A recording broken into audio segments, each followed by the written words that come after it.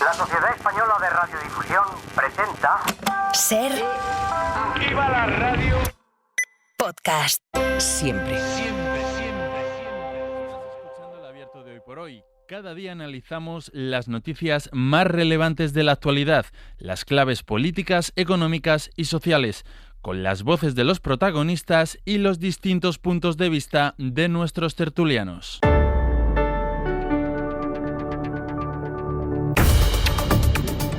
Estamos esta mañana en Radio Barcelona, el día en que esta casa, Radio Barcelona, la radio decana de este país, cumple 100 años. Saben que esta noche son los premios Ondas y eso va a ser lo que celebremos luego, la gran fiesta de la comunicación, de la radio en este país, pero eso será más adelante, eso será a partir de las 8 de la tarde. Saben que un poco antes arranca la programación especial de la SER, porque la gala la van a poder seguir en la antena de la SER, también en YouTube. Ahora, de momento, lo que toca es saludar a los analistas madrugadores de esta mañana, que son Javier Aroca. ¿Qué tal, Javier? Hola, buenos días. Y aquí a mi lado en Barcelona está José Miguel Contreras. José Miguel, bienvenido. ¿Qué tal? Buenos días. Buenos días. Iba a buenos decir días. buenas noches. ¿Por qué estás pensando ya en la noche? Estás pensando en los Ondas eso va a y se te va la cabeza a la fiesta de esta noche. Bueno, de momento voy a saludar también a Jordi Carbó. Hola, Jordi, de nuevo. ¿Qué tal? Buenos días. Para situar, Jordi, ¿cuáles son los litros que han caído? ¿Ante qué estamos? Porque decíamos a las 8 en punto, de hecho ha sido el arranque a las 8 de la mañana. Justo unos minutos antes, la EMET había retirado ya todas las alertas rojas que había sobre el mapa de este país. De manera que tenemos aviso naranja en la Comunidad Valenciana y en algunas de las provincias andaluzas. En este momento, Jordi, ¿cuál es la situación y el pronóstico para las horas que vienen? Lo más inmediato es la afectación de las tormentas que se están formando en muchos puntos del suroeste de la península, en el Golfo de Cádiz, en el área del Estrecho, y que a lo largo de la jornada, hasta bien entrada la tarde, irán viajando de sur a norte, afectando, pues donde ellos los avisos, a la provincia de Huelva, Sevilla, también Cádiz, y en algunos casos con cantidades de agua significativas en poco tiempo, pero nada que ver con lo que pasó ayer en Málaga, por ejemplo. Recordamos cantidades de más de 100 litros y de 150 litros por metro cuadrado y caídos en poco tiempo. La situación en Valencia también mejora claramente, chubascos ya concentrados al sur de la provincia de Valencia y sobre todo en Alicante, donde todavía puede llover con mucha intensidad, al igual que en el interior de Murcia, ya avanzada la tarde. José Ben Ruiz es profesor de la Universidad de Málaga y es experto en cambio climático. Señor Ruiz, ¿qué tal? Buenos días. Hola, ¿qué tal? Buenos días. Queríamos hablar con usted esta mañana, primero porque es de Málaga y vio ayer cuáles fueron los efectos de esta dana. Ha podido ir comprobando también los efectos de la última dana, sobre todo en la provincia de Valencia, provincia que todavía está afrontando la fase de la reconstrucción. Lo que le quiero preguntar es si estos episodios, lo que vimos hace 2 semanas, lo que vimos ayer mismo en Málaga, también en varios puntos de la franja mediterránea de este país, ¿esto ya es la normalidad? ¿Esto no es excepcional? Bueno, yo creo que los mediterráneos, de alguna forma, estamos más o menos, digamos, acostumbrados a estos episodios extremos, ¿no?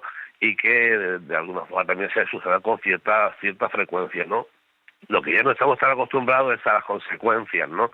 Es decir, estaríamos acostumbrados a la virulencia desde el punto de vista meteorológico, pero ya desde el punto de vista hidrológico, ahí pues me temo que vamos a tener que irnos acostumbrando, pues porque la respuesta del medio está siendo diferente a lo largo de los diferentes espacios en donde se produce, ¿no? O sea que la novedad es que el medio, digamos, no está preparado para asimilar tal cantidad de agua en tan poco tiempo, entiendo. Digamos que lo hemos ido desenfocando, lo hemos ido convirtiendo en un medio hostil a la gestión de grandes eventos, ¿no? Por supuesto hay que decir que precipitaciones como la producida en Valencia, ¿no? O incluso ayer en algunos puntos, porque estamos hablando de eventos muy puntuales, pero con muchísima intensidad, con picos de muy alta intensidad. Este tipo de precipitación es muy difícil que el sistema hidrológico tenga capacidad por sí mismo de evacuarlo, ¿no? Y de asumirlo y de absorberlo, ¿no? Es decir, tanto como para infiltrarlo como para gestionar el agua, ¿no? En forma de caudal. Pero claro, si aparte le contribuimos, ¿no? A ponerle obstáculos, ¿no? A los ríos en sus, digamos, lechos de inundación, ponerle casa, ponerle polideportivo, ponerle urbanizaciones, pues evidentemente estamos contribuyendo a que el agua pierda esa velocidad de salida y pierda esa velocidad, ese caudal, y por tanto estamos contribuyendo a que se inunden zonas que, por cierto, en muchos casos son zonas que aparecen como zonas inundables, no lo olvidemos. Y déjeme preguntarle una última cuestión. La frecuencia. Hace 15 días que vimos el episodio de Valencia, ayer el episodio con el que nos volvimos a encontrar. La frecuencia, la repetición que tienen estos fenómenos, ¿esto va a ir a más también? Eso parece.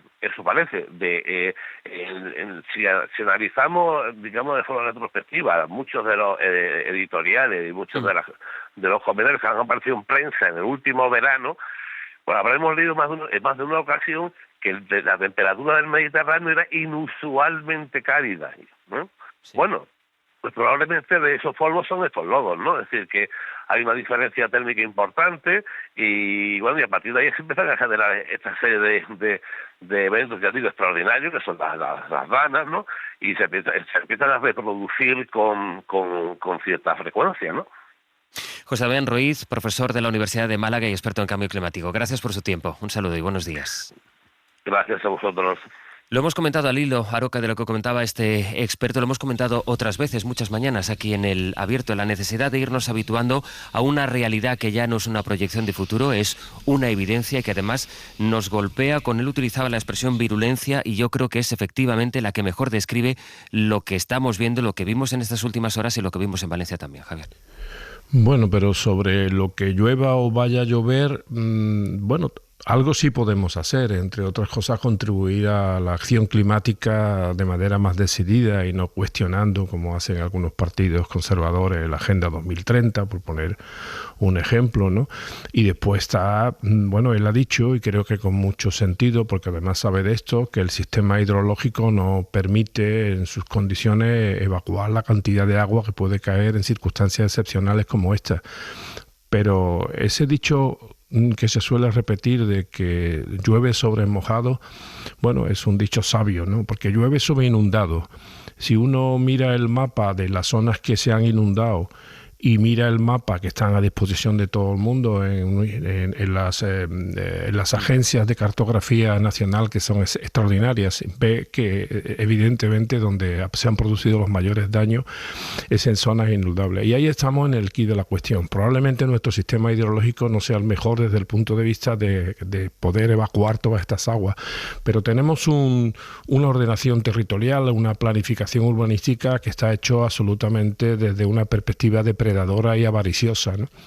Y bueno, uno se desayuna, por ejemplo, con que el Partido Popular en Baleares pues pretende legalizar viviendas e incluso autorizar viviendas en zonas inundables. Lo mismo ha ocurrido en Valencia, lo mismo está ocurriendo en otras zonas. En Andalucía se legalizaron construcciones ilegales en suelos rústicos de naturaleza también inundable, o por lo menos potencialmente inundable. Y por ejemplo, el alcalde de Sevilla sigue R, no acaba de dar el paso, parece que le han tirado de las orejas a la hora de descartar absolutamente la edificabilidad en la dehesa de Tablada, que es un territorio absolutamente necesario para la inundabilidad de Sevilla y, por cierto, también para poder respirar un mejor aire. Si los políticos no aprenden de lo que ha pasado y planifican mejor el territorio y planifican mejor nuestras infraestructuras, porque algunas se están demostrando, ha habido imágenes de Almería que son absolutamente desoladoras, cómo se están construyendo autovías, autopistas, infraestructuras ferroviarias en zonas que no deberían, porque actúan como pantanos, actúan como represas inesperadas para el agua, y el agua, como se suele decir, al menos en mi tierra se dice, las lluvias siempre vienen con la escritura de propiedad debajo del brazo. Y cuando llegan unas ramblas y la rambla un humano ha decidido construir en ella, ha decidido echarle hormigón, el agua dice, esta rambla es mía. Y es lo que pasa. Cristina Monge, buenos días. ¿Qué tal? Muy buenos días. Ahora sí, Cristina, que además es especialista en asuntos del cambio climático. Y escuchando a Aroca, mi pregunta, Cristina, es si no vamos ya tarde. Bueno, efectivamente todo esto que estamos hablando ahora, en realidad los expertos que llevan estudiando estos temas hace décadas que lo llevan diciendo, ahora salta la opinión pública, mejor ahora que mañana, por verlo de una manera un poco optimista, ¿no?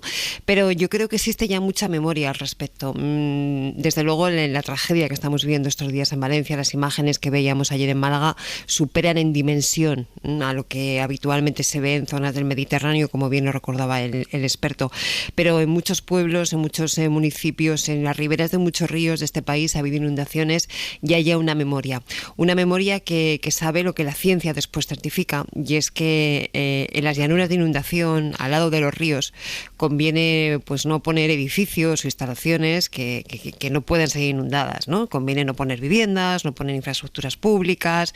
Sin embargo, no pasa nada si al lado de un río tú pones, por ejemplo, un campo de fútbol, que si en un momento determinado se inunda, pues bueno, pues se inunda y no pasa nada, ¿no? O incluso ciertos terrenos de cultivo que si en un momento determinado son inundados y tienen, por supuesto, los seguros correspondientes para poder hacer frente a posibles pérdidas, luego incluso se convierten en tierras mucho más fértiles. Es decir, existe ya por un lado una memoria, porque como bien decíamos, no es la primera vez que se sufren inundaciones, aunque la dimensión de esta nos tiene todavía bastante ojipláticos, diría yo, y la ciencia lleva tiempo certificando que esto es así. ¿Vamos tarde? Bueno, mira, tenemos mucho conocimiento, José Luis. Tenemos mapas de inundabilidad, yo creo que prácticamente en todo el país, ¿no? Si no en todo. ¿Qué tenemos que hacer? Pues llevarlos a la práctica. Lo que no es de recibo es que hoy existan planes generales de ordenación urbana, es decir, ese documento que ordena urbanísticamente un municipio, que no tengan en cuenta estos mapas de inundabilidad y que no lo incorporen en esos criterios. Eso es lo que no es de recibo. O que haya territorios que ya abre un poco más el foco, no solamente a lo municipal, sino a todo el conjunto de ordenación del territorio, que no hayan incorporado estos criterios a la hora de plantear infraestructuras o de plantear otro tipo de políticas. Eso es lo que en estos momentos hay que revisar. Lo que pasa es que, José Miguel, si abro más todavía el foco, me encuentro con que el señor que abandera la negación del cambio climático acaba no de ganar, sino de arrasar, por ejemplo, en las elecciones de Estados Unidos. Bueno, son los tiempos que tocan y seguramente, desgraciadamente, como se aprende al final es cuando te pegas de bruces con la realidad. ¿Cuál es el gran cambio de hace 15 días a hoy? Pues que seguramente ya nadie discute, en España al menos, el evidente peligro que puede derivarse de los fenómenos relacionados con el cambio climático y las enormes dificultades que tiene poder hacer frente a fenómenos tan devastadores si, como ya han explicado los compañeros anteriormente, no se han tomado las medidas concretas. Curiosamente, y es la parte positiva, ayer funcionaron todos los protocolos. No hemos oído, salvo que yo no me haya llegado la información, ningún conflicto entre gobierno central o gobierno autonómico, entre la conferencia, los departamentos de la EMET, quien controlan todos los sistemas hidrográficos, emergencias, sí. En fin, no ha pasado. Por tanto, además, todos los responsables estaban en su sitio, donde tenían que estar el día que tenían que estar. Los ciudadanos ayer fueron informados.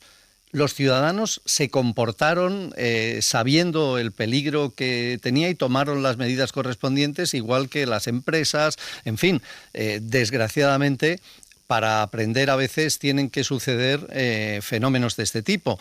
Falta seguramente que en el debate político se asuma realmente lo que ha pasado, porque estamos en una situación en la que desgraciadamente todo lo que se ha aprendido no ha llegado particularmente al mundo de la política, y en este caso particularmente el Partido Popular no ha terminado de asimilar la importancia del fenómeno. Curiosamente nos encontramos en esta situación ante dos discursos. Son estrategias políticas, evidentemente, pero bastante claros. El gobierno central parece haber apostado por vamos a dar perfil bajo, a no crear conflicto, a que no haya ahora enfrentamiento, que ya lo habrá más adelante, y el Partido Popular, la verdad es que ha cambiado bastante, porque recuerdo que hemos pasado del querido presidente, gracias por toda la ayuda, a que ahora la culpa es de Teresa Rivera y vamos a culpar en Bruselas o donde sea de lo que ha ocurrido. Por tanto, esta transformación del fenómeno social, de la concepción y la asunción del fenómeno climático, en los países donde realmente se enfrenta se aprende, y ojalá el resto de los países y los negacionistas no tuvieran que llegar a este punto para al final alcanzar un consenso generalizado de cómo resolver estos problemas. Por ahí vamos a seguir ahora a la vuelta, precisamente por ese debate de cómo la realidad que vimos en Valencia, especialmente hace un par de semanas, se ha trasladado al debate político en Bruselas. Pero y cómo también lo que vimos ayer, todo lo que se hizo ayer, deja en evidencia todo lo que dejó de hacerse hace 15 días.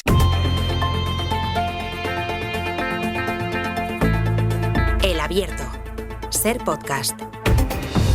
El abierto de esta mañana de jueves lo compartimos con Cristina Monge, con Javier Aroca y con José Miguel Contreras, que comentaba las diferencias políticas que ya empiezan a abrirse, sobre todo a partir del caso de Valencia, donde nos vamos ahora. Natalens, buen día otra vez. Buen día. Porque hoy Talens tenía que empezar, de hecho, en 1 hora y 10 minutos, la comparecencia en les Corts Valencianes de Carlos Mazón, anunciando cuáles son esos cambios que viene sugiriendo el propio presidente que va a hacer, la reestructuración del Consell. Sin embargo, decidieron dejarlo para mañana y no se sabe mucho más allá de la especulación de estos últimos días de que sí que habría cambios, ¿no? Sí, estaba todo preparado. Según el guión de la sesión, iba a comenzar a las 10 con un minuto de silencio en memoria de los 216 fallecidos que se contabilizan de momento, pero sobre las 7:30 de la tarde, la mesa del Corts, de acuerdo con los grupos parlamentarios, decidía aplazar el pleno debido a la alerta roja y para, entre otras cosas, evitar el desplazamiento de muchos de los 99 diputados y del personal de la Cámara que tiene que venir desde Alicante, Castellón y poblaciones limítrofes. Mañana a las 11:30 se iniciará la sesión. Está previsto que, además de dar cuenta de la gestión,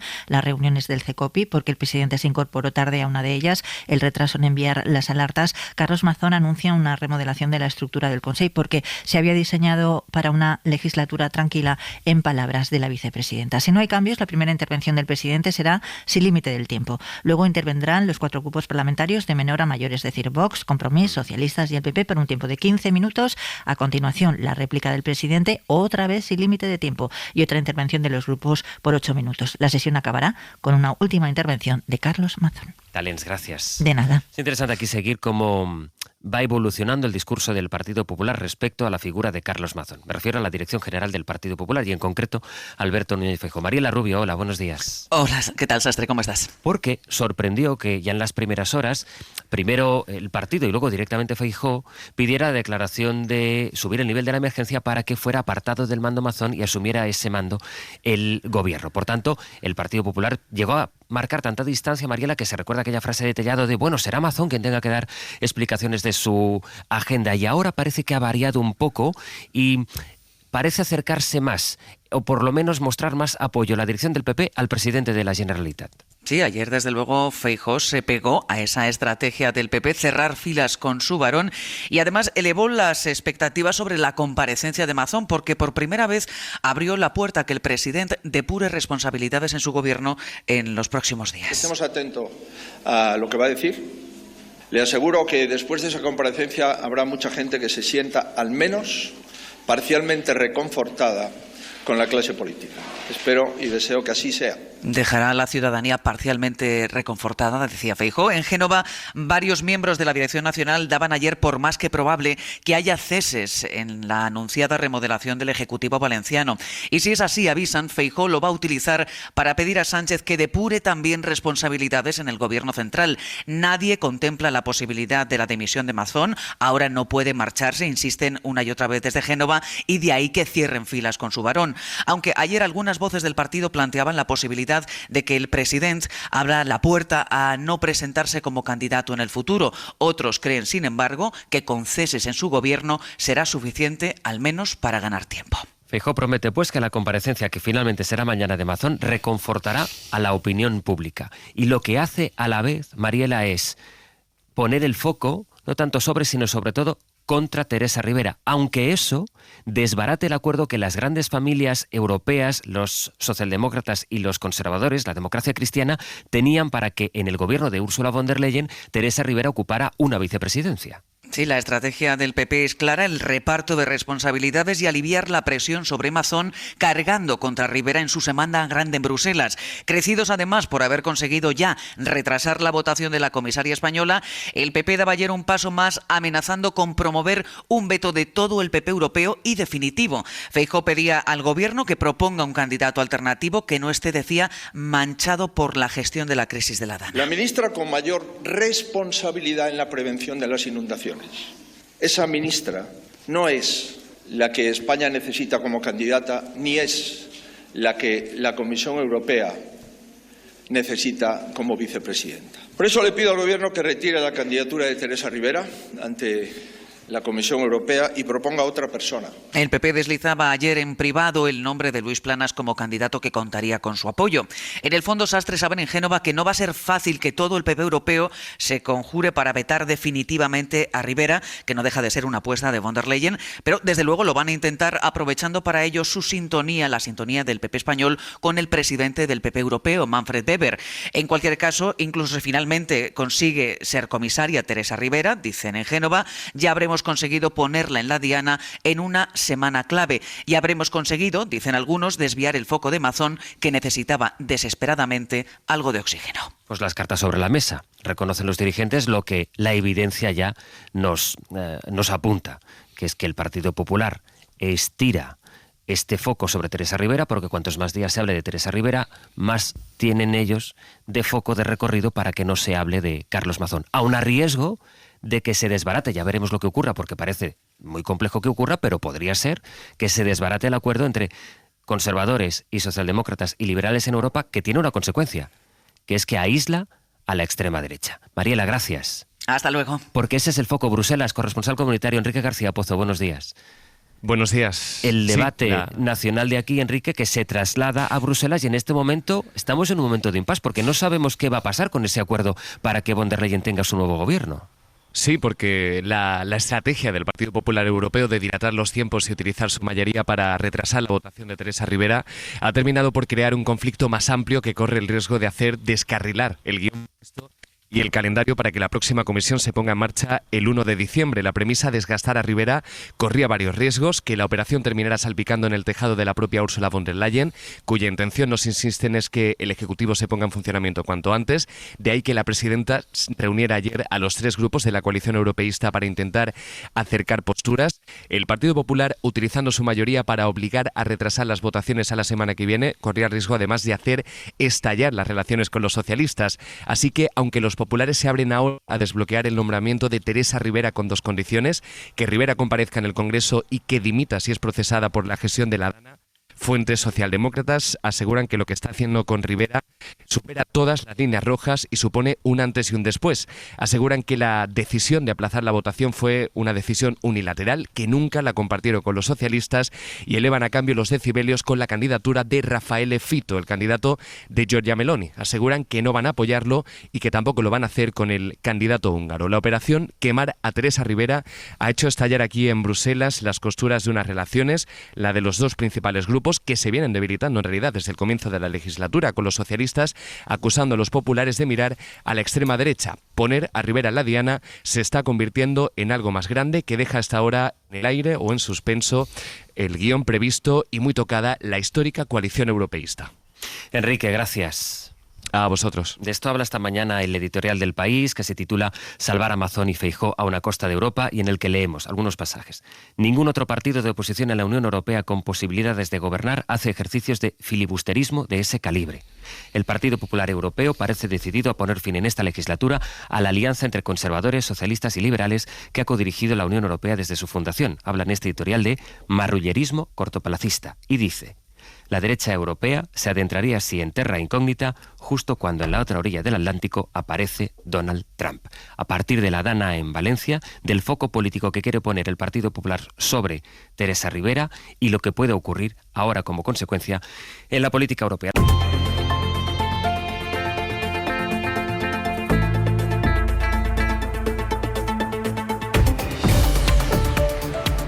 Aroca, Cristina Monge o José Miguel Contreras desplegábamos antes de las noticias de las 9 cuál es la secuencia, lo que se espera que diga mañana Carlos Mazón, la defensa que le hace ahora de una manera más encendida de lo que hacía en las primeras horas el Partido Popular a Feijóo, que ha decidido atacar a Teresa Rivera, y las consecuencias que esto pueda tener en la política europea. Leía antes el editorial del País. Voy a incorporar, y ahora os escucho a vosotros, pero una información que cuenta hoy, por ejemplo, el diario Levante, que dice: la Confederación Hidrográfica del Júcar envió 198 correos a emergencias el día de la riada. 198. Varios emails informaron del aumento de lluvias en la cabecera de la Rambla del Pollo, en Chiva y en Ribarroja durante la crecida. 198 correos que se suman además a esa información que ya dio hace unos días aquí en la SER Miguel Ángel Campos de las comunicaciones que tuvieron los alcaldes directamente con el presidente de la Confederación Hidrográfica del Júcar, con el que iban hablando de manera continua para hacer el seguimiento de cómo iban creciendo los caudales. Pero a partir, José Miguel, de toda la secuencia que hemos explicado antes, que nos ubica en Valencia, la reacción en Madrid y el impacto que eso pueda tener en Bruselas, quisiera conocer tu impresión. Bueno, parece evidente que lo que existe es una estrategia de envolver una vez más a través de una gran mentira lo que es una situación que el Partido Popular considera que le es enormemente perjudicial o puede tener efectos negativos teniendo en cuenta todo lo que ocurrió. Todas las pruebas, todos los datos apuntan a una evidente falta de aplicación en el trabajo y en la función que debía tener de Mazón y su equipo, y esto no se quiere reconocer porque de cara a la historia y de cara al futuro político es muy complicado arrastrar tras de sí la muerte de más de 200 ciudadanos españoles. Lo que pasa es que lo sorprendente y lo sobrecogedor es que, como hemos visto ya otras veces y en otros momentos, y lo vimos el 11M y lo vimos con la pandemia y lo volvemos a ver ahora, no hay ningún problema en esta estrategia del Partido Popular de utilizar los muertos sin ningún tipo de problema, encargarlos sobre los rivales políticos si considera que eso puede ayudarle en su estrategia política.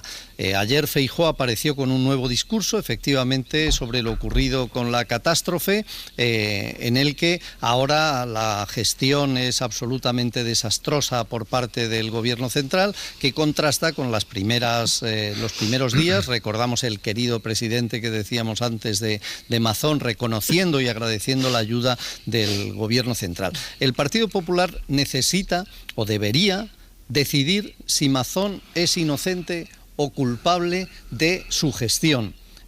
Porque mientras eso no se resuelva es muy confuso cualquier tipo de discurso, porque una de dos, o lo hizo mal, y si lo hizo mal, lógicamente habrá que tomar medidas, tendrá que dimitir o forzarle a dimitir, y si lo hizo bien, por tanto, no hay ningún problema porque todo salió bien y el Gobierno central, por tanto, no sería culpable de nada.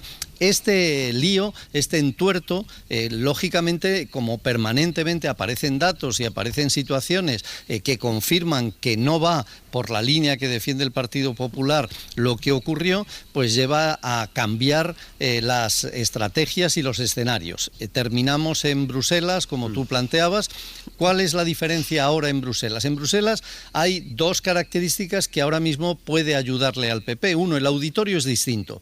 La gente allí, entiendo que la mayor parte de los eurodiputados solo saben la tragedia tremenda ocurrida en España y la catástrofe natural que hemos padecido. Lógicamente, el que haya una ministra de Medio Ambiente, pues puede sonar a creíble el decir, pues esta mujer debe ser la responsable. Por tanto, allí lo pueden decir sin problema. Pero fijémonos que hasta en el discurso de Feijóo, él utiliza la expresión de que Teresa Rivera es responsable de la prevención. No se atreve, lógicamente, a decir que de la gestión. En la prevención lo estamos viendo. La Confederación del Júcar mandó casi 200 mails. Hay informaciones ya específicas y demostradas que a las 16:37 y a las 16:50 se informó específicamente de la intensidad y de la gravedad del problema, y no importa llevarse por delante, como planteabas antes en el editorial que hoy publica El País, de que esto tiene una gravedad extraordinaria, además, ya no solo en términos morales de utilización de la mentira como estrategia política, sino realmente en el orden ahora mismo europeo y en la trascendencia que puede tener que España tenga por vez primera en su historia una vicepresidenta de la Unión Europea a este nivel, que debería ser un orgullo y un apoyo, desde luego, indiscutible de toda la clase política española y de todo el país a que esto suceda, ¿no? Cristina. Sí, ¿por qué estamos aquí hablando hoy de esto? Estamos hablando de esto porque desde que ocurrió la tragedia de la Dana de Valencia, yo creo que gracias al excelente trabajo de muchos periodistas y medios de comunicación, y no es por hacer la pelota, pero es que igual que criticamos a los medios cuando no hacen bien su función, también creo que tenemos que alabarlos cuando sí lo hacen, ¿no? Gracias a eso se ha ido reconstruyendo poco a poco, se está reconstruyendo, seguro que todavía falta alguna pieza, lo que pasó en aquellos momentos, ¿no? Y en aquellos momentos lo que se ve clarísimamente son agujeros enormes, no sé si de llamarlos imprudencias, negligencias, eso será cuestión de los jueces cuando lleguen, por parte del gobierno de la Comunidad Valenciana. Tanto es así que las primeras reacciones que vemos del Partido Popular apuntan a que están dejando caer al presidente de la Generalitat.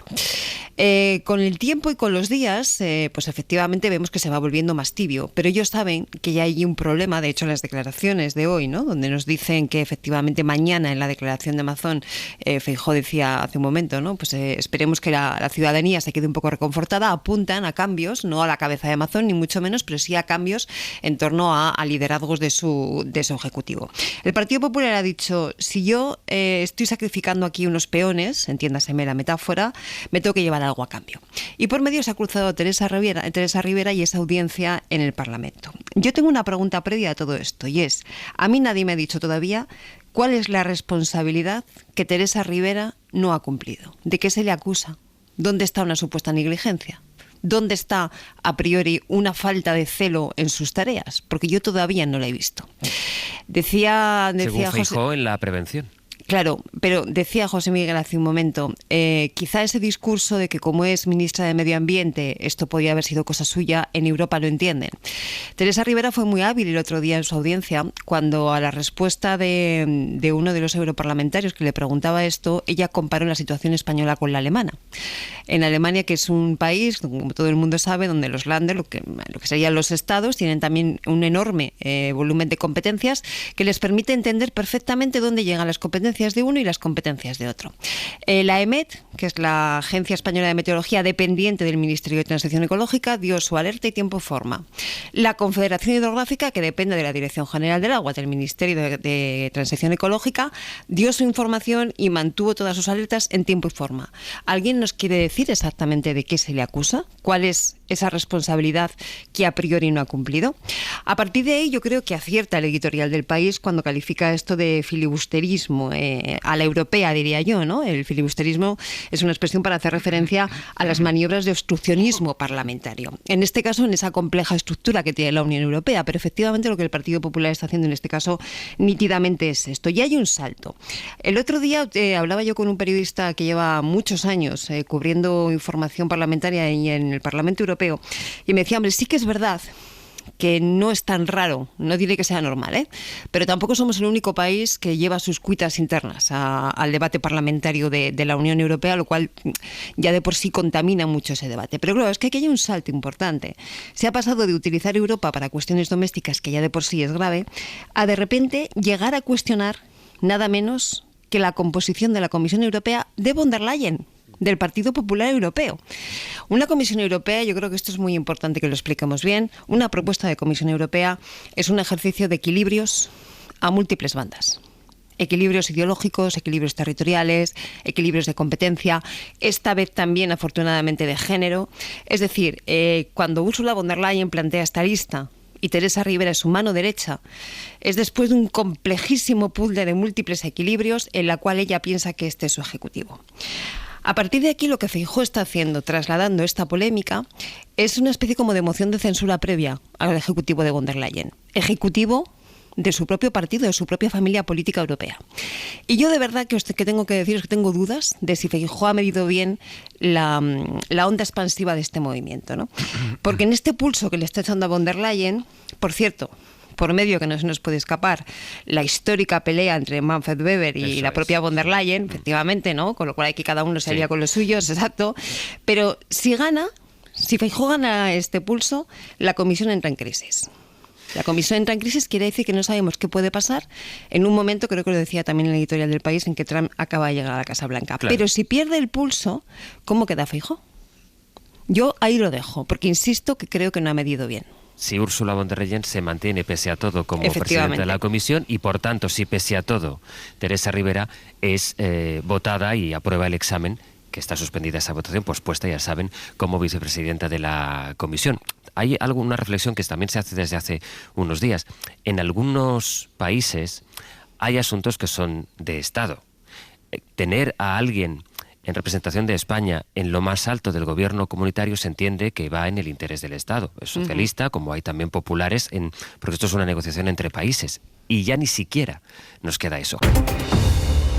Nos quedaba escuchar a Javier Aroca en la tertulia, en el debate que teníamos con Contreras y con Monge, a partir, Javier, de este cambio de posición del Partido Popular, que ha decidido enfocar contra Teresa Rivera su mensaje y las consecuencias que eso pueda tener.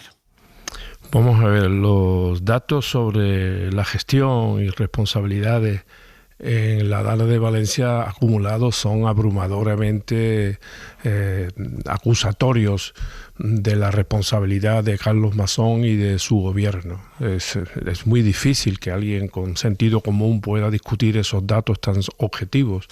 Si faltaba poco para esa constatación, tenemos el ejemplo de la gestión de un presidente, también del Partido Popular, Moreno Bonilla, en Andalucía, que no se ha dolido de ninguna de las imperfecciones que señala Feijóo en Valencia, y no solamente eso, sino que ha reconocido la colaboración institucional entre los tres niveles del Estado español. Quizá con la excepción desafortunada por falta de prevención del alcalde popular de Málaga, el señor Francisco de la Torre. Eso es así, y por tanto el debate no le conviene a Feijóo en España, no le conviene porque además sabe que si pierde la pieza en Valencia, su propia aspiración al poder en España queda muy debilitada. Y por eso se va a Europa de excursión. No es la primera vez que lo hace, y a los calificativos que se han vertido ya yo añadía otros, como mezquindad política, antiespañolismo y navajeo traicionero, ¿no?, al llevar en los términos que se ha llevado un debate español al Parlamento de Europa. Lo que pasa es que aquí se da una cuestión que tiene que ver quizá algo con la psiquiatría, ¿no? Y es que se unen dos personas de perfiles muy similares. Me refiero a Feijóo y me refiero a Manfred Weber. Manfred Weber podría militar perfectamente el Partido Popular, en el de Madrid, por supuesto. Y el señor Feijóo podría militar perfectamente en el CDU alemán, en el de Baviera, por supuesto. Es decir, son dos extremistas que además no ven con malos ojos su proximidad a la extrema derecha. Claro, esto no solamente presenta un aspecto doméstico desde el punto de vista español, sino también desde el punto de vista alemán. ¿Por qué? Porque Feijóo en España lo que quiere frustradamente es ser presidente de España, y Weber en Alemania o en Europa lo que quiere frustradamente es ocupar el sillón de Ursula von der Leyen. Y ahí se monta la pelea con una perspectiva. La perspectiva es que en febrero hay elecciones federales en Alemania, de manera que aquí juega también el Partido Socialdemócrata Alemán y los partidos progresistas alemanes, a ver qué papel juegan en este acoso, yo creo, prostituido o prostituyente de las instituciones de la Unión Europea. Me refiero concretamente a la Comisión Europea. Y al hilo de esto, otro último dato. Dicen los populares, bueno, no estamos dispuestos a apoyar a doña Teresa Rivera si al final admite que si la imputan cederá, ¿no? Claro, uno cuando conoce la justicia española dice, esto me pinta mal. Porque, claro, que imputar aquí a alguien dentro de esta gran guerra judicial que hay es lo más fácil del mundo. Pero yo le devolvería la pregunta, o sea, el reto, mejor dicho, ¿y se imputan a Mazón? ¿Mazón va a dimitir de la Generalitat?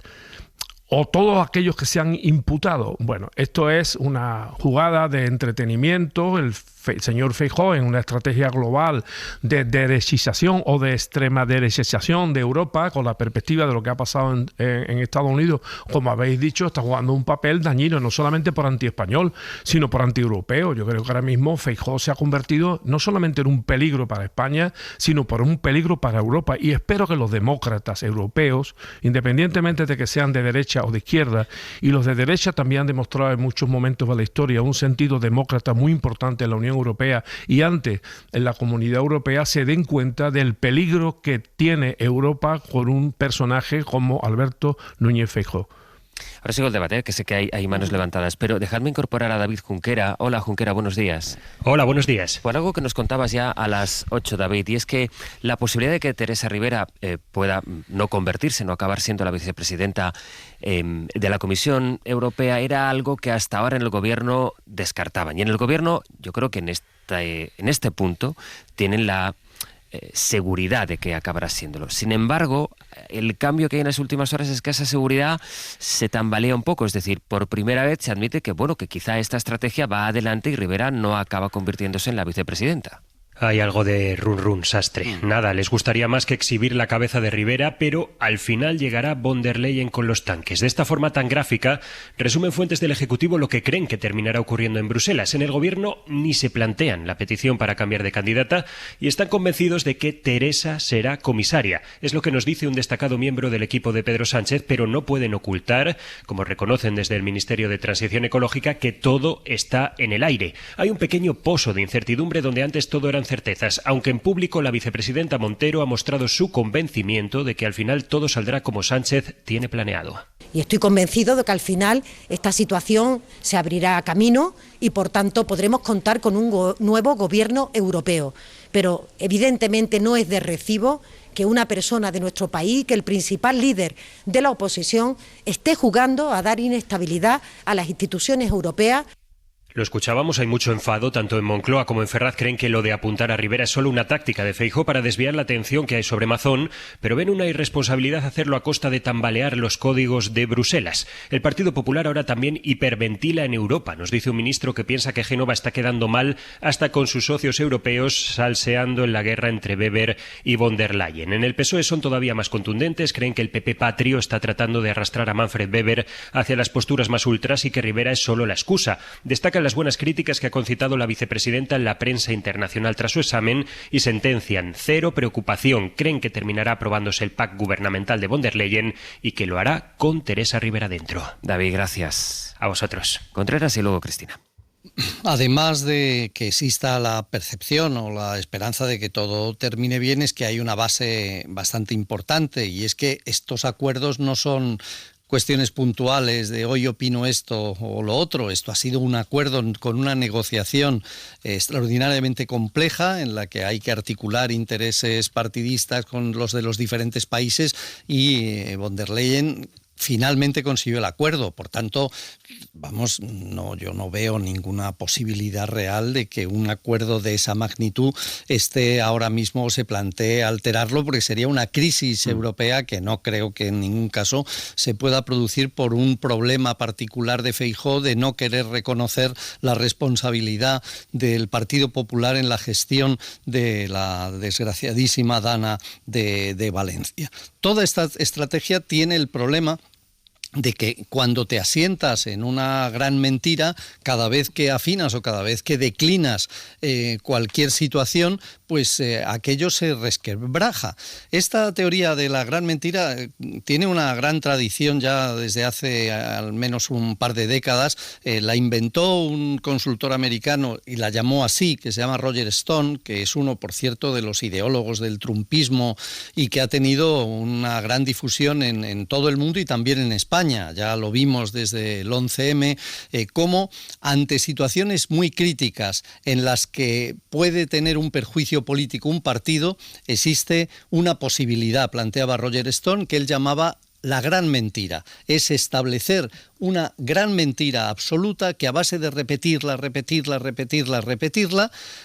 consigue finalmente en aquellas personas dispuestas o proclives a creerla, en transformar la certeza en opinable. Todos recordamos aquella famosa expresión de los hechos alternativos de Trump, sí, que académicamente ha pasado a convertirse un poco en el ejemplo de esta teoría.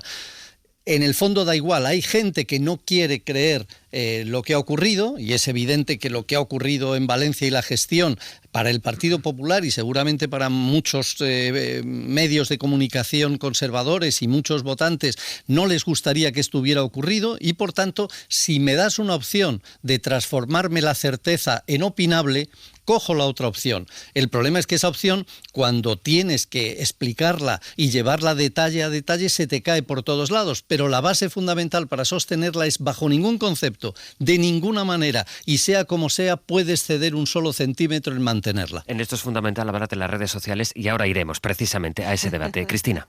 Sí, y una cosa que se llama la verdad, ¿no? Que se supone que es en lo que se fundamenta la conversación pública, y esa verdad consiste en saber lo que son los hechos, a partir después de los cuales se pueden hacer opiniones, enfoques, debates, todo lo que haga falta, ¿no? Pero partiendo de unos hechos. Yo quería recuperar el punto, ¿no? de hasta dónde llega este envite del Partido Popular y lo que puede suponer, porque creo que es importante que nos quede claro que cuando el Partido Popular hace este pulso a la comisión de von der Leyen, que es lo que lo hacen, no se lo hace solamente a Teresa Rivera, sino que está impugnando esa comisión, hay quien dice, bueno, vaya imagen de España, ¿no? Y efectivamente hay allí un daño, ¿no? A esto que se podría llamar la marca España. Pero es que luego la figura de Teresa Rivera no es una figura cualquiera. Es en estos momentos la primera persona, la cabeza visible de la familia socialdemócrata en estas negociaciones. Si ese acuerdo se rompe el equilibrio, iba a decir tácito, pero no, el equilibrio explícito que ha jugado la Unión Europea durante todos estos años entre las familias conservadoras, socialdemócratas, con apoyo de los liberales. ¿Qué quiere decir esto? Si esto se rompe, salta por los aires el consenso en el cual Europa ha ido avanzando durante todas estas décadas, pudiendo abrir la puerta así a un mayor peso de los conservadores con la ultraderecha. Y de telón de fondo, que no se nos olvide, una convocatoria de elecciones en Alemania para marzo, donde a priori se podría pensar que, siguiendo la tradición del país, el escenario más posible sería que diera lugar a una gran coalición, es decir, un acuerdo entre socialdemócratas y conservadores. Pero con este magma en la Unión Europea, ¿hasta dónde está llegando el riesgo que puede suponer asumir la estrategia que Feijóo ha puesto en marcha? Yo creo, por eso decía antes, no sé si han medido bien, porque creo que la onda expansiva es muy, muy, muy grande y que no sabemos muy bien hasta dónde puede llegar. No obstante, me apunto a la opinión generalizada de que lo más normal sería que esto se acabara reconduciendo. Pero claro, en ese caso también me pregunto, si esto se va a acabar reconduciendo, ¿por qué Feijóo ha apostado tan fuerte? Porque esas declaraciones de ayer diciendo, bueno, como mucho nos abrimos a que Sánchez ponga otro candidato, realmente es un órdago, ¿eh? De momento por el ruido. Es decir, ¿qué impacto práctico tiene esto inmediato? Pues ruido, pero ya veremos. Aroca, contigo cierro el debate. El problema es que si todo esto se arregla desde una perspectiva optimista o desde una perspectiva posibilista, bajará la marea. Pero ya sabéis lo que pasa cuando bajan las mareas, ¿no? Cuando baja la marea aparecen colchones viejos, bicicletas rotas, anclas mojosas, máquinas de contar billetes, chaquetas de pana, y aparecerá Feijóo y seguimos con Feijóo. O sea, a pesar del estropicio institucional en Europa, seguimos con Feijóo. Y eso es lo peor. Hablaba Contreras de la verdad, de la mentira. Bueno, yo creo que es un ecosistema en el que estamos desgraciadamente condenados a vivir, sobre todo por el papel activo que están jugando los medios de comunicación en esta pandemia o en esta epidemia mundial de la mentira, ¿no? Pero bueno, las cosas también hay que metabolizarlas. Yo creo que sigo confiando, ya sé que soy un iluso y un ingenuo, pero yo sigo confiando en que tiene que haber una derecha constitucional, una derecha moderna, una derecha progresista, si me permitís la expresión, que rechace todo este tipo de cuestiones y que aspire a gobernar legítimamente España y Europa, y que no se deje llevar por este tipo de políticos tan de poca talla, ¿no? Yo siempre que me he educado en el derecho europeo evoco a personas como de Gasperi, Schuman, Monet o el propio Adenauer, que no son de mi ideología, pero a los que les reconozco su labor democrática y constructiva de una Europa mejor. Desde luego, en la lista de grandes europeístas o de grandes españoles no va a estar nunca Feijóo, es imposible. Por tanto, espero que la derecha, esa derecha que yo llamo constitucional e incluso progresista, alguna vez evoque esa frase, ¿no? Quosque tandere, abutere, Feijóo paciencia nuestra. Es decir, ¿hasta cuándo, Feijóo, vas a seguir abusando de nuestra paciencia?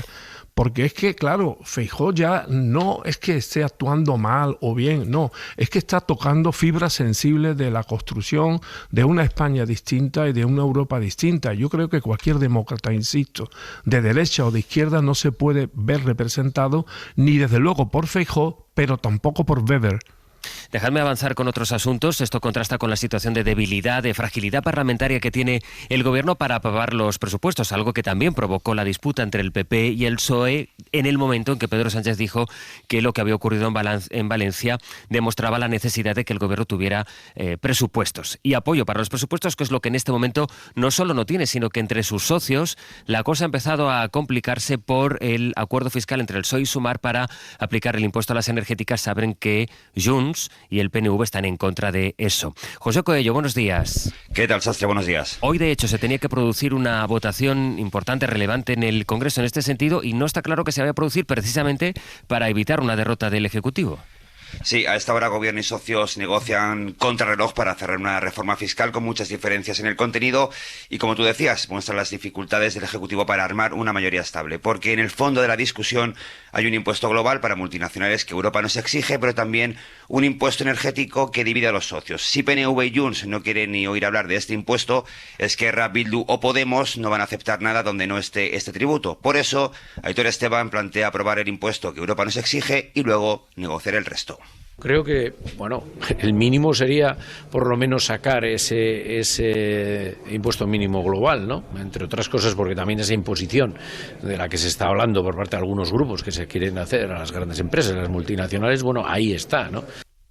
Pero fuentes del Gobierno nos dicen que Hacienda descarta esta opción y apuestan por una reforma fiscal más profunda. Esto lo ve bien los socios más a la izquierda, pero siempre y cuando esté el impuesto energético. Gabriel Rufián reconoce negociaciones hasta el último minuto. Estamos leyéndolo, es que no nos lo pasaron antes, así que creo que es una mala cosa, una mala manera de negociar, pero bueno, lo leeremos y veremos. Y todo ello sin descartar que la comisión vuelva a posponerse por falta de acuerdo. Será en torno a las 4 de la tarde y con el temor del Gobierno a que esto, Sastre, sea un reflejo de la negociación presupuestaria. Hasta luego, Josué. Hasta luego, Sastre.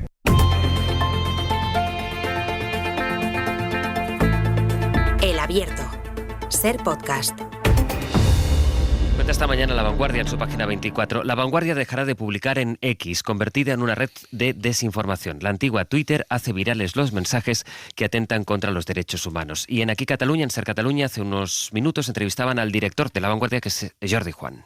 I la veritat és que ahir, quan es va oficialitzar el nomenament d'Elon Musk com un càrrec a l'administració de Trump, van pensar que era el moment idoni per fer-ho. Dice que el momento idóneo, pensaron, fue el momento en que confirmó Trump que Elon Musk asumirá un cargo en la administración de Donald Trump de Estados Unidos. Precisamente este párrafo textual en The Guardian. Las elecciones presidenciales de Estados Unidos han servido para corroborar lo que llevábamos considerando desde hace tiempo, que X es una plataforma mediática tóxica y que su propietario Elon Musk ha usado su influencia para influir en el debate político. Londres, Lucas Font, buenos días. Hola, Sastre, buenos días. Y, por tanto, la dirección del periódico The Guardian toma la decisión de cerrar sus cuentas en esta red social. Sí, es una noticia que ha sorprendido a mucha gente aquí en el Reino Unido, a pesar de que el periódico ya llevaba tiempo valorando esta posibilidad, especialmente desde que Elon Musk se hizo con la compañía y empezó a proliferar lo que consideran un contenido perturbador, que incluye comentarios racistas y teorías de la conspiración propagadas por la extrema derecha. Dicen los responsables del periódico británico que la gota que ha colmado el vaso, lo decías tú, ha sido la desinformación durante la campaña electoral en Estados Unidos, una campaña que aseguran ha confirmado que X es una plataforma tóxica y que Elon Musk la ha utilizado para moldear ese debate político. Y concretamente en el Reino Unido, el Guardian destaca el papel que esta red social ha tenido en la difusión de discursos de odio y noticias falsas, reactivando cuentas de conocidos agitadores de extrema derecha, entre ellos Andrew Tate o Tommy Robinson, dos personajes que alentaron los disturbios xenófobos que tuvieron lugar en varias ciudades del país el pasado agosto. El resultado es que el periódico ya no publicará más en ninguna de las más de 80 cuentas oficiales que tenía en la plataforma, con un total de 27 millones de seguidores, aunque sí seguirá permitiendo a sus periodistas incorporar a sus informaciones mensajes publicados en esta red social y también compartir sus artículos a través de otros usuarios. El Guardian no es la primera organización que ha decidido dejar X en los últimos meses aquí en el Reino Unido. También lo han hecho recientemente uno de los principales hospitales ortopédicos del país, vinculado al Servicio Nacional de Salud, y también la Policía del Norte de Gales, porque considera que la red social ya no se ajusta a sus valores. Lucas, gracias. Hasta luego. Iremos viendo cuántos más se van apuntando, porque esta es la pregunta a partir de ahora, ¿no? ¿Qué respuesta hay que hacer una vez que ya sabemos antes lo comentábamos con Contreras, pues eso, el odio, cómo se ha eso llegado, cómo impregnan los mensajes, no solo políticos, sino también, yo creo que estamos en el punto de que impregna la conversación social y ciudadana, pues decisiones como la que ha tomado hoy La Vanguardia o también The Guardian. Quisiera pediros que no nos extendiéramos demasiado con las reflexiones, pero sí, Cristina, quiero escuchar qué os parece. Pues mira, yo la primera cuestión que me llama la atención es que estemos debatiendo esto, ¿no? Y me parece que es muy relevante porque es un signo de la importancia que tiene. ¿Quién no se ha cabreado alguna vez con su periódico de referencia? Yo creo que todos, yo por lo menos con los míos unas cuantas veces, ¿no? Y cuando te cabreas con tu periódico de referencia, pues lo dejas de comprar una temporada y luego ya vas viendo a ver qué pasa, ¿no? Y es una decisión personal. Esto no, esto se está convirtiendo en un debate público porque tiene una amplificación mucho mayor. Y yo creo que esto alude a buena parte del fondo de la cuestión. Durante algún tiempo creímos en el espejismo, y subrayo lo de espejismo, de que Internet y en especial las redes sociales eran el nuevo espacio público de la conversación, el nuevo espacio público, el nuevo espacio de la conversación pública. Nada más lejos de la realidad. Es un espacio absolutamente privado, con unas reglas privadas, opacas, por cierto, al servicio de los intereses de sus propietarios, ¿no? Y en este caso estamos discutiendo de Twitter en estos términos. Esta decisión que han tomado ahora el Guardian primero y La Vanguardia después es algo que lleva circulando mucho tiempo ya en las cabezas de colectivos, de empresas, de medios de comunicación o de personas individuales. Nos debatimos entre dos temas, ¿no? Yo creo que es la parte, por un lado, ético, de decir yo no quiero contribuir a esto, a esta propagación opaca de mensajes del odio y todo lo que sabemos, pero en segundo lugar también la contradicción que supone decir no puedo estar solamente en aquellos espacios de conversación que son cómodos para mí y tengo que saber también lo que se cuece en otros ámbitos que no serían los que a priori podrían estar más de acuerdo conmigo, ¿no? Que estos son argumentos que han esgrimido pues expertos y expertas que están trabajando en temas de desinformación. Realmente creo que allí está la balanza, ¿no? Y es donde en estos momentos se está poniendo la discusión. Ver hasta qué punto se puede colaborar, o sea, no es lícito colaborar con una red como esta, con este fondo que tiene, pero por otro lado también entender qué es lo que está pasando, porque allí están pasando cosas que no son la sociedad, que ojo que a veces también tenemos espejismos, pensando que lo que pasa en Twitter es lo que pasa en la calle, y no es así, pero lo que pasa en Twitter después tiene un reflejo en la calle. Por lo tanto, es importante que sepamos lo que se está cociendo allí, ¿no? Yo creo que en estos momentos esa es la tensión del debate y bueno, vamos a ir viendo cómo evoluciona la cosa. Yo desde luego tengo a todo mi entorno social en estos momentos, justo ahora, en estos minutos, mientras este programa evolucionaba, despidiéndose de X, de Twitter y abriéndose cuentas en otras redes sociales. Vamos a ver cómo evoluciona porque es verdad que esto puede tener consecuencias importantes. Es verdad que pues precisamente a mí me ha ocurrido también en lo que pueda servir esto de significativo, quizás anecdótico, pero bueno, sí que pues yo también estoy recibiendo muchos mensajes de tienes un nuevo seguidor en otras redes sociales. Eso es. Es decir, que sí que parece que está viendo, no sé cuál será el alcance, no es tampoco la primera vez que ocurre algo así. Y sí es también verdad, José Miguel, a mí por lo menos me pasa muchas veces cuando sales de Twitter, ya no solo por el mensaje, la sensación, sales muy a menudo con un desasosiego, que creo que es la palabra. Por tanto, no es solo una cuestión emocional, que creo que lo es, sino también una cuestión de qué sociedad queremos construir. Bueno, esa es la base fundamental, sobre todo porque hay gente interesada en que esa sociedad sea una sociedad en guerra, sea una sociedad enfrentada, sea una sociedad en la que el odio esté extendido. Esto no es una casualidad, es un efecto directo de la acción de determinados grupos políticos que han considerado que esta es la mejor opción para sus fines partidistas y de llegar al poder. Y por lo que se ve, con éxito. Están llegando al poder en muchos países, entre ellos lo acabamos de ver en Estados Unidos, ¿no? La cuestión aquí, clave y determinante, es cómo se combate esto. Y no es fácil, no es fácil. Y cualquiera, yo creo que con la misma intensidad podría defender las dos teorías. El que efectivamente hay que abandonarlo porque es un, vamos a decirlo limpito, simplemente es un campo de batalla en el que no quiero participar de ninguna manera. Y la otra, que es decir, vamos a dejar solos espacios en los que no haya una voz que diga esto no está bien y lo que aquí está pasando no sucede, porque uno de los grandes problemas que tiene la política moderna es precisamente la creación de estas burbujas de aislamiento en la que antes, hoy hemos hablado mucho de la mentira, en las que cuando se difunde esa mentira, si hay gente que solo recibe esa versión y además se ve apoyada porque todos los que componen ese auditorio además lo reafirman, es imposible que esa persona llegue a la convicción de que lo que le están diciendo no solo es que sea discutible, es que es absolutamente falso, porque los hechos o son verdad o son mentira.